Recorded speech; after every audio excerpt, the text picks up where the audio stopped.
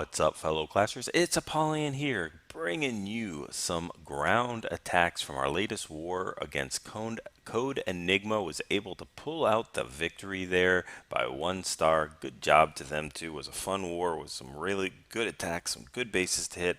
I was actually going to hit this base. I called it, but I let it expire, and I was going to do the Blu3Pealer attack. I was going to bring a very similar style of attack that Canadian did, but he beat me to it. He did a great job. He actually brings a queen walk, queen charge, a shattered GoHoBo, which he substitutes basically the Pekka and Valkyries with the two golems and pushes through the base. I was going to do a very similar thing, and guys, take a look at the base.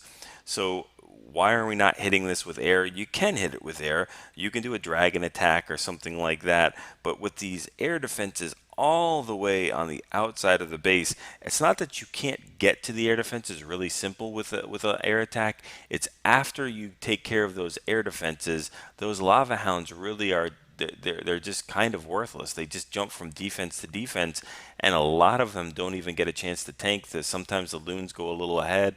Wizard towers pose a huge problem because even though the lava hounds are tanking for them, the whatever is right behind the lava hounds are getting hit by that splash damage, and a couple wizard towers will take a group of loons out real quick.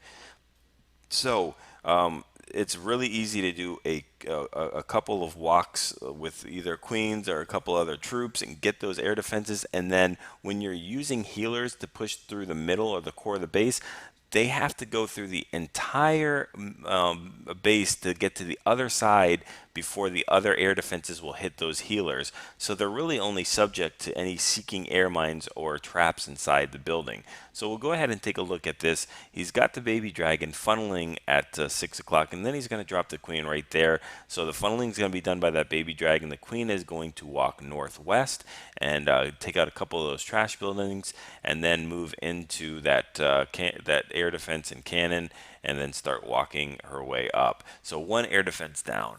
And then as soon as she starts walking up there, he can start sending in his golem. Now, here's another thing, a little trick there. He sends his his ice wizard here at almost the exact 9 o'clock. And the problem is this ice wizard is going to come into that mortar, take out the mortar, and then walk a little bit north of that mortar to take out this air defense. Unfortunately, it is going to be in the range of that archer, and it's going to die. If you want the wizard, that ice wizard, to get tons of value, you'll go ahead and drop it just about at the dark barracks area right there. Maybe even in between of the elixir collector and the dark barracks. It'll go to the mortar and then head down to go to that air defense and take that out, and probably stay alive a lot longer. So again, it's just maximizing your troops, just nitpicking, just to make, everybody's learning the new Ice Wizard. See there, it makes its way into that and gets taken out. It would have been taking that air defense, and then it just would have rerouted the golems that much quicker. But no big deal.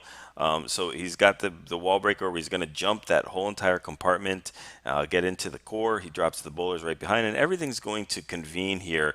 The healers are basically going to switch from the queen, go on to the golem king, and anybody that's basically ahead of the troops, and they're going to go ahead and do tons of splash damage. There is a Tesla farm. We'll heal that Tesla farm. I don't know if it's really necessary to heal there. Those healers are doing a pretty good job keeping them up, but I guess it can't hurt, and they'll also be able to heal them up with the kill squad taking that clan castle. Clan castle is tripped. There's a giant bomb that is going to do some damage, and it'll supplement those top defenses with some hogs. The queen does catch one healer. One healer on a queen will not be able to keep up with a cannon. He's about 1 second too late of sending in his hogs, because you'll see that just as they take out this cannon, that last shot, boom, gets it, and the cannon goes down. That queen would have been up. Again, not a really big deal, because he's got about 10 hogs or so that are going to be doing cleanup, which definitely take the place of that one queen that would bang through the wall. So it's just not really a big deal. Just crushes the base. Really nice. Again, that was almost the same plan I was using, except I was using a Pekka and Valkyries instead of the Golem. I think the result would have been the same, but was a really good attack, and love to see it. Let's go ahead and check out number, I think it's number 23. Nope, definitely not 23. Number 25.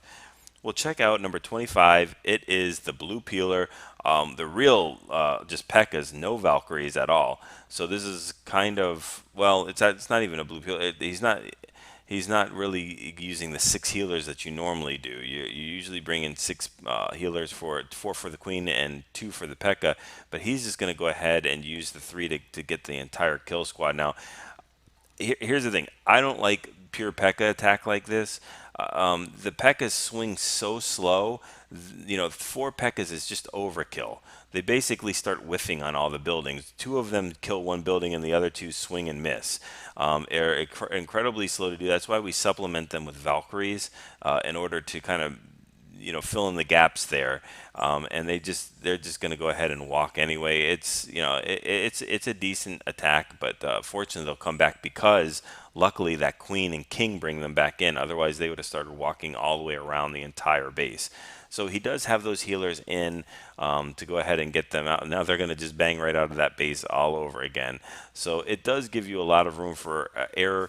If you're going to do this attack, try to have some baby dragons or wizards on the outside of the base, killing that trash buildings to keep them inside the core. Remember, Pekkas, they're not like giants or golems. They don't care about the defenses. All they care about is the nearest building, whether it is a storage unit, a mine, a collector, whatever it is.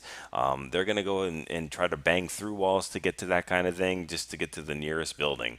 So we've got a true Pekka bowler walk on the outside of the base. This base is not too bad not against it. It's built to get walked on the outside.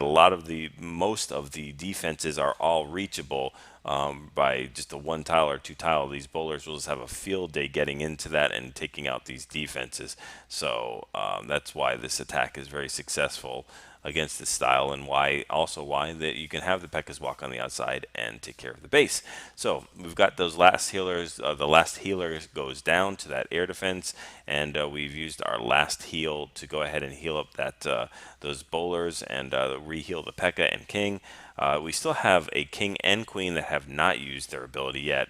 Baby Dragon's going to go ahead and help with that builder hut in the corner, and then just help with some of the trash buildings and some of the defenses as well.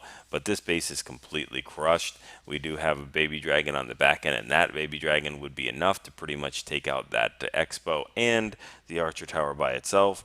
But we've got the 3s there. So you guys can experiment with this attack if you'd like. Again, I don't like the most Pekkas I would suggest is to bring 2. Anything more than that is too overkill, and it's too slow to take out a base. Well, we're going to go down to the last one, and we're going to check out OKC. That's going to use a stone GoHoBo, and it is a cleanup attack. Again, here's like another little trick here. So with the ice wizards, and I know they're going away, so it's probably like I'm giving you a trick that's not going to be worth it in 1 day or something like that. But if they ever do come back, you've got a baby dragon tanking for that archer tower, and the golem is tanking for the top cannon right here. So these 2 are taken care of. Now this cannon is going to be in range if you drop the ice wizard to get that mortar. As soon as that mortar goes down, it's going to be in range of that cannon, and that cannon cannot be tanked by a baby dragon, of course. So if you're doing the funneling, you want to be able to drop that ice wizard. You want to drop the baby dragon right here on the dark elixir drill to tank for that archer tower.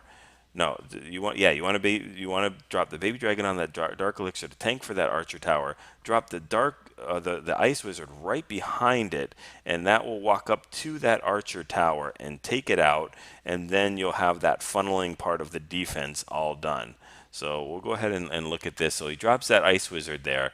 It's going to take out that mortar, and it's done. So it's over. And I think he drops another one in there as well, if I'm not mistaken, or maybe it's up top here. I don't remember. But the point is that that funneling is not completed. It drops the wall breakers there, and it is a success. It is a success, but we don't really have the funnel down. So finally drops some more wizards there. That wizard is going to be taken out, and it could definitely cause the bowlers to walk if that archer tower at 3 o'clock is still up, and especially the dark elixir drill. Fortunately, it is it's not it's good enough so they can continue with the raid, but drops the jump, drops the heal, and starts to push that kill squad through the base.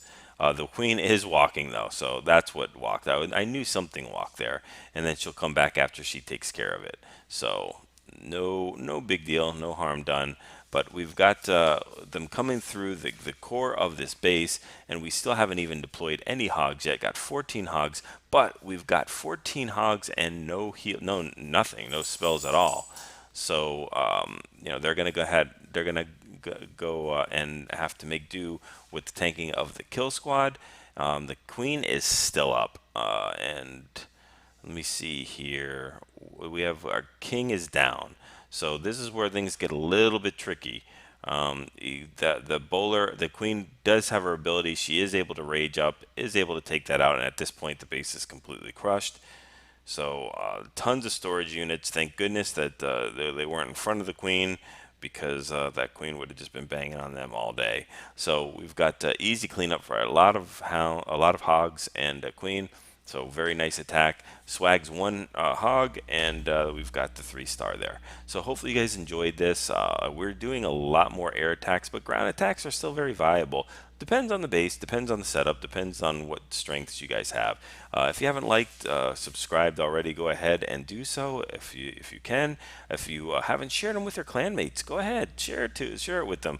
If you're benefiting from them, I'm sure they will as well. Let me know if there's anything else that you guys want to see. Go ahead and practice using those friendly challenges, get those 6-star clan wars and those 3-star attacks.